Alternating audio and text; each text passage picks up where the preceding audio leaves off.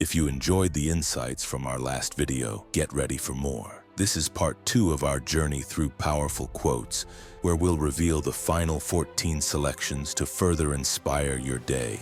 Number 1. I would rather die in battle than be a slave all the days of my life. This means that living with dignity, freedom, and purpose, even if it's risky, is better than living safely in oppression, fear, or submission. It's about choosing to fight for what matters to you, even at great cost, rather than surrendering your soul for the sake of comfort or survival. It's not always about literal battles or slavery. It's symbolic of the inner battles we face when choosing between courage and complacency. For example, you are in a relationship where you're emotionally or mentally controlled. You can't express yourselves, chase dreams, or make decisions freely. If you choose slavery, you stay, fearing loneliness or judgment. This result, years of emotional damage and a lost sense of self. But if you choose battle, you leave, even if it means hardship or starting over. This decision may result in reclaiming freedom and rebuilding a life on your own terms. Another example, you work at a company where unethical behavior is normalized, lying to clients, treating employees unfairly. You're scared to speak up because you might lose your job. If you choose to stay like a slave, you will stay silent, protect your paycheck, and slowly lose respect for yourself. This results in stress, disconnection, and long-term regret. But on the other hand, if you choose to battle, you speak up, report wrongdoing, or even quit to protect your value. The result will be risky, but you gain self-respect and often find a better path aligned with your integrity. Freedom, authenticity, and self-respect are worth fighting for. Sometimes the brave choice feels hard, but it's the only path to a life that's truly yours. Number 2. Courage isn't just about standing up to your enemies, but also your friends. This means that real courage sometimes means holding people you care about accountable, even when it's uncomfortable. It's easy to speak out against people we don't know or don't like. But it takes more strength to speak truth to those close to us, friends, family, co-workers, especially when we risk damaging the relationship. It's about choosing integrity over approval. You notice a close friend making hurtful jokes, being disrespectful to others, or crossing boundaries, but no one says anything because they're part of the group. Staying silent, you let it slide to avoid awkwardness. The result is the behavior continues and you feel uneasy or complicit. But if you speak up, you can privately say, "Hey, I care about you, but that comment wasn't okay." If you speak up as you, they may feel defensive at first, but it might lead to growth. Even if it doesn't, you stand by your values. Your friends are encouraging you to do something you know is wrong, cheat on a test, gossip about someone, or make a harmful choice. You choose to stand on your ground. You say no, even if it means being teased or left out. The outcome of this is you keep your self-respect, and others will admire your strength in the long run. True courage isn't just loud, it's honest, even when it risks something personal. Being brave with enemies is one thing. Being brave with friends, that's next-level integrity. Stay true to your values, no matter if it's work, employees, family, but most importantly, your friends. After being truthful, if your friends can't accept the truth in what you are saying, then that's a sign for you to find another friend circle. Number 3. It's not death we should fear, but living without purpose. This means that a life without meaning, direction, or passion is more tragic than death itself. Everyone dies, that's inevitable. But what really matters is how we live while we're here. A person who is alive but disconnected from their purpose, going through the motions without fulfillment, is essentially just existing, not truly living. The quote encourages us to seek out what makes us feel alive, useful, inspired, or connected. You as a parent are working constantly, doing everything to provide food, school fees, clothes, but is emotionally distant. You're exhausted and just trying to survive each day. You love your child, but deep down you feel like you're just going through the motions. If you are living without purpose, you're physically present but not emotionally connected. You feel like life is passing by in a blur of routines and stress, and the child may feel unnoticed. But if you are living with purpose, you carve out 10 to 15 minutes a day just to talk or play with your child, fully present, even if life is still busy. Create small, meaningful moments, bedtime stories, walks, honest conversations that bring purpose back into parenting. The point is, being a parent isn't just about keeping your child alive, it's about showing them how to live with love, connection, and meaning. Another example, you are stuck in unhealthy habits, eating poorly, never exercising, feeling tired all the time. You keep saying, "I'll change someday," but never do. If you are living without purpose, you're only alive but not energized. You avoid checkups, ignore warning signs, and feel stuck in your own body. But if you are living with purpose, you make one small change, like taking a walk after dinner or cutting back on sugar, stop drinking or smoking. You start thinking of health not just as a task, but to honor life, to have the energy to travel, play with your kids, pursue dreams. Remember this, health isn't about avoiding death. It's about building the strength to live fully. Number 4, to be brave in the face of death is an honor that few will ever know. This means that facing the reality of death with courage, acceptance, or even peace is one of the rarest and most noble forms of bravery. Most people fear death or avoid thinking about it. But those who confront it directly, whether your own or someone else's, with grace and strength, reveal a depth of spirit that many never reach. It's not just about facing physical death. It can also symbolize facing loss, endings, or massive life changes with dignity. This exemplifies you are diagnosed with a terminal illness. You know you don't have long to live. If you avoid or deny it, you spiral into bitterness or fear, pushing others away and refusing help.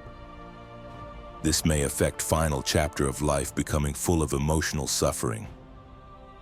If you face death bravery, you spend time with loved ones, make peace with the past. Maybe write letters or share wisdom, use your time to give love and receive it. This may result in your life, though ending becomes a beacon of strength and inspiration to others. Your legacy is one of courage. Another example, someone loses a parent, spouse, or best friend. It feels like part of them is gone too. Running from grief. They pretend to be okay, shut down emotionally, or avoid memories. Facing grief with courage. They allow themselves to mourn deeply, talk about it, honor the person's memory, and slowly find ways to keep going. Through that pain, they grow stronger, more compassionate, and able to support others going through loss. Facing death, whether your own or someone else's, without hiding from it, and continuing to love, live, and give during that time, is a form of heroism. It's not about being unafraid. It's about walking forward anyway. And remember, it's all a part of God's plan. You were not told when you will arrive here on earth, and you will not be told when you depart. Acceptance with a positive attitude is the best way to live. Number 5. The best way to conquer fear is to face it. This means that fear only has power over you when you avoid it.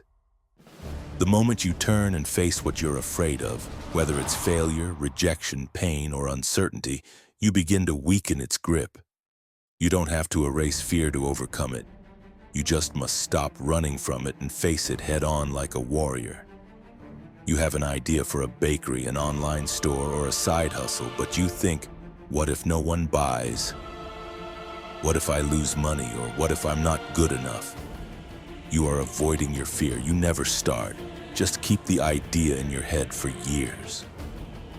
Try to face your fear. You can start small, selling to friends, testing products online, watching free tutorials. Yes, you might mess up at first, but you learn.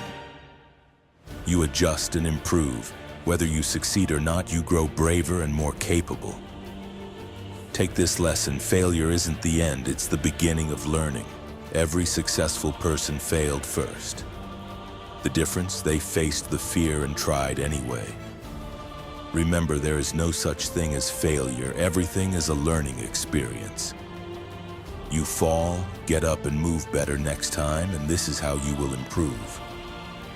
You are facing some hardship financially, and the bills are coming through the mail thick and fast. You are scared to open the envelopes because you are afraid on what may read. Face it heads on. Open the envelopes and pile them up. Then call each supplier one by one and talk to them about your financial situation and come to an arrangement plan with supplier. You never know, by calling them there may be additional aid and support they can help you with. Reach out and talk. Don't close yourself up. Remember, what's the worst thing that can happen? They can't take from you that you don't have. Be a warrior and make those calls and fight and set up your strategies to attack and pay back what you owe. You wanted to learn to code, draw, or play guitar, but you feel too old, too late, or not talented enough. But you always tell yourself, maybe next time. Year pass, regret builds. You just have to face the fear. Start with the beginner tutorial, like watching YouTube. Allow yourself to be bad at first and keep going anyway. Each day it gets easier. You'll find joy in the progress, not perfection. Remember this, everything great starts with day one. You don't have to be ready, you just have to begin. Number 6. Courage is not the absence of fear, but the triumph over it. This means that being brave doesn't mean you're never afraid. It means you feel fear, but choose to act anyway. Real courage is when you keep going, speak up, or show up even while your hands are shaking. Fear is natural. Courage is what you do despite it. You witness unfair treatment at school or work. You're scared to speak up. You might get in trouble, be judged, or feel alone. Without courage, you stay silent. Even though you know it's wrong, you may feel guilty later and regret not standing up. But if you have courage or a triumph over fear, you'll take a breath and say something. Maybe to a teacher, manager, or even directly to the person involved. You still feel nervous, but you do it anyway. Whether or not change happens right away, you feel stronger for speaking their truth. You want to switch careers from accounting to photography or from retail to tech, but you're afraid to fail or look foolish. Without courage, you stay in your comfort zone, telling yourselves it's too late or too risky. But if you have courage, you start learning, practicing, and slowly taking steps. The fear is still there, but now it walks behind you, not in front. Over time, you build skill, confidence, and a life that feels more like your own. The important thing is that you don't need to erase fear to be courageous. You just must decide that what you're doing is more important than your fear. Number 7, courage is knowing fear, but not letting it control you. This means that real courage isn't about being fearless. It's about recognizing your fear, accepting it, and still choosing to act anyway. Everyone feels fear. It's part of being human. But when you don't let that fear decide your actions, that's when courage shows up. It's not about ignoring fear. It's about leading yourself through it. You want to tell someone how you feel, a friend, a crush, a family member. But you're scared they won't feel the same or that it'll ruin the relationship. So you let fear control you and you stay silent. You live with what if, instead of clarity, and when the moment passes and you feel stuck. Knowing fear but not letting it control you, you acknowledge your fear. Yes, I might get rejected. And you choose to speak up anyway because your truth matters more than the outcome. Even if it doesn't go how you hoped, you feel empowered. You own your voice. Take this a lesson. You don't need to kill the fear. You just need to stop giving it the driver's seat. Courage is choosing your values over your comfort. Fear is something you want to step into like you would on the battlefield. When you step into fear, this is where you will grow. This is where your change comes from. If you walk away from fear, then it will only come back again stronger. Its enemy you must confront head-on like a true warrior and defeat it. Defeating your fear is one of the best dopamines your brain will receive. Number 8. A man can only be as brave as the woman who stands beside him. This quote suggests that the strength and courage of a man are deeply influenced, supported, and even inspired by the woman in his life, whether that's a partner, wife, mother, sister, friend, or mentor. It's not about dependency, it's about partnership. True bravery often grows from love, support, belief, and trust. You lose your job unexpectedly, you feel like a failure and is overwhelmed with fear about the future. Without support, you isolate yourself, feel ashamed, and spiral into self-doubt. You struggle to rebuild confidence. But if you have, with a courageous woman beside you and your partner says, "I believe in you. This doesn't define you. Let's figure this out together." Her support gives you the emotional strength to try again, apply to new roles, or even start your own business. Her belief becomes the spark for your bravery. This can be a lesson. Behind many brave men is a woman whose faith, love, and strength fuels his courage. It's a tribute to the quiet warriors, the women who empower men to rise, grow, and lead with heart. Another example, you have a dream of starting your own business, maybe a food truck, a small online store, or a construction company. But you're scared of what if you fail? Without strong support, fear takes over. You keep your dream on the shelf. But with a brave woman beside you, she listens to your visions. She encourages you when you're doubting yourself, helps with the kids while you work late, maybe even joins in with ideas. You still feel fear, but her belief in you helps you to believe in yourself. The outcome of this is when fear rises, you don't always need to be stronger. Sometimes you just need someone beside you who will remind you who you really are. Her quiet support becomes the foundation of your bold leap. Number 9. Courage is not the roar of a lion, but the quiet determination of fight against all odds. This quote reminds us that true courage isn't always loud, bold, or dramatic. Sometimes it's quiet, steady, and deeply personal, the kind that shows up in everyday struggles when no one's watching and everything feels stacked against you. It's not about showing off bravery, but about staying strong, calm, and committed, even when the situation feels overwhelming. Remember, a tree grows strong in silence and builds its roots in the foundation where no one can see. And when a big hurricane arrives, the tree can stand the resistance because it's grounded. You as a single mother works long hours at 2 jobs to support your kids. You're tired, stressed, and often feel alone, but every day you wake up and keep going. What people might miss, you're not giving speeches or doing anything flashy. From the outside, it may look ordinary, but you're fighting every day, quietly. And with your quiet courage, you're sacrificing your own comfort for your children's future. You keep showing up, even when no one is cheering you on. Your strength isn't loud, but it's powerful. Courage doesn't always roar. Remember, a tree grows strong in silence and builds its roots in the foundation where no one can see. And when a big hurricane arrives, the tree can stand the resistance because it's grounded. This is how you should grow, in silence, stay rooted, and build strong foundation in the shadows, and watch how your flowers will blossom. Number 10. The only way to truly live is to risk everything for what you believe in. This quote means that a full, meaningful life doesn't come from playing it safe. If you want to feel truly live, with purpose, passion, and fulfillment, you must be willing to take real risks for what matters to you. Whether it's love, truth, justice, a dream, or a calling, true living means standing for something, even if it costs you.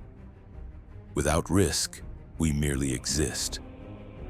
Risk for what you believe in, and you will see this is true living.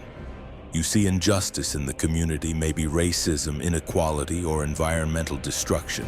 You believe deeply that change is possible, but standing up could cost you friends, safety, or even your job. If you are playing safely, you stay quiet, things stay the same, and you will live in frustration, knowing you're holding back. But risking what you believe in, you start speaking out, organizing, leading. Some people criticize you, some doors close, but you find new purpose, new allies, and a deeper connection to life. A safe life might protect you, but only a bold life lets you truly feel alive. Experience this life as a gift from the Divine Father and experience everything your heart desires. Number 11. Whatever happens, it happens because we choose for it. We decide our fate. This quote means that our lives are shaped by our choices, not just by chance or fate. While we can't control everything, we do control how we respond, where we go, what we fight for, and what we walk away from. In that sense, we create our own destiny through the decisions we make every single day. Even doing nothing is a choice, and it has consequences.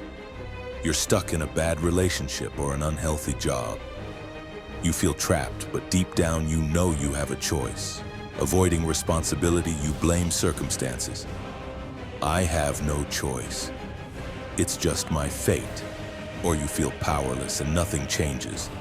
And by taking ownership, you realize, I can't control everything, but I can control what I accept. You choose to leave or set boundaries. That decision, though hard, begins to reshape your future. Or you might be running a company and you have a top performer, but you don't treat him right, don't pay him attention and reward him in the way you should. So he leaves and takes his business and ideas to a competitor, and your sales in the company drop. Or you might be in a situation where a customer is getting angry, and rather than staying silent and responding with compassion, you argue back, result in the loss of the customer.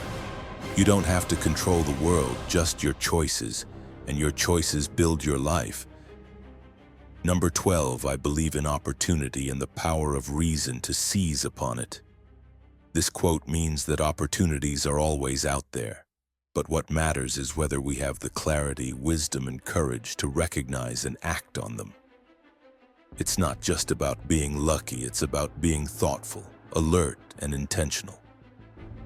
You can't just wait for the opportunity, you must see it, understand it, and move wisely. You received an offer for a good job in another city.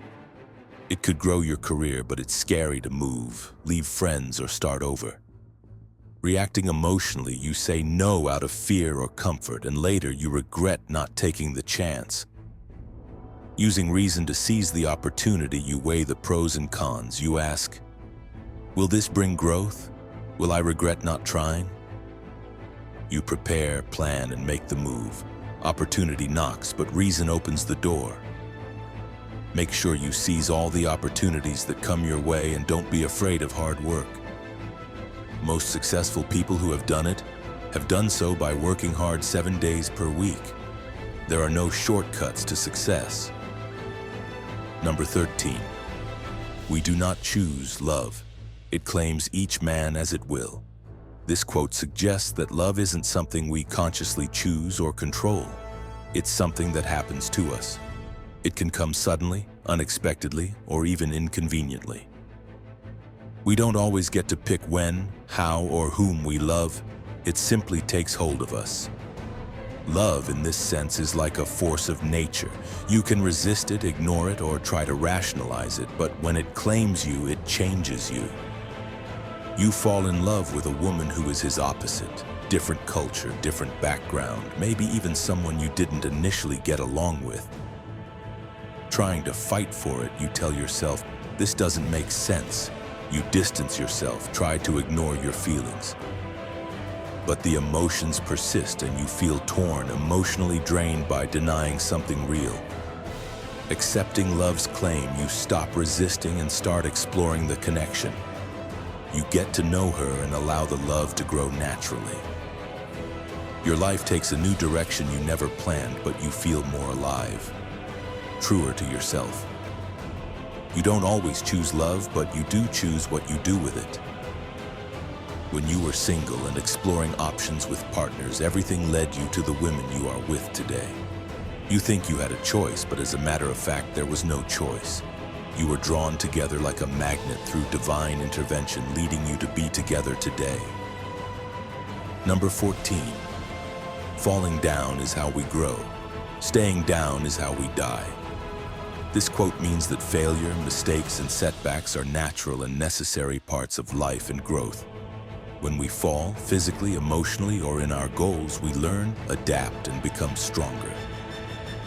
But if we give up, stop trying, or let failure define us, that's when we start to truly lose ourselves. Not trying again is what leads to regret, stagnation, and the death of dreams, motivation, or self-belief. You start a small online business, you invest time, money, and hope, but after a year it fails.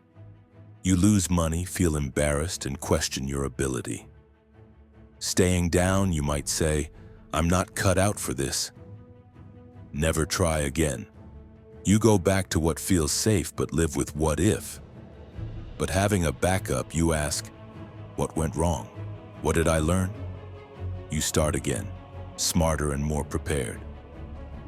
Your second attempt finds success, and even if it doesn't, you've grown stronger, more skilled, and more resilient. You fall, rise, and grow. Falling isn't the end, it's the beginning of learning. Staying down is a choice. Rising again is power. If you like this video, please share your thoughts and comments below. Don't forget to share, like, and subscribe.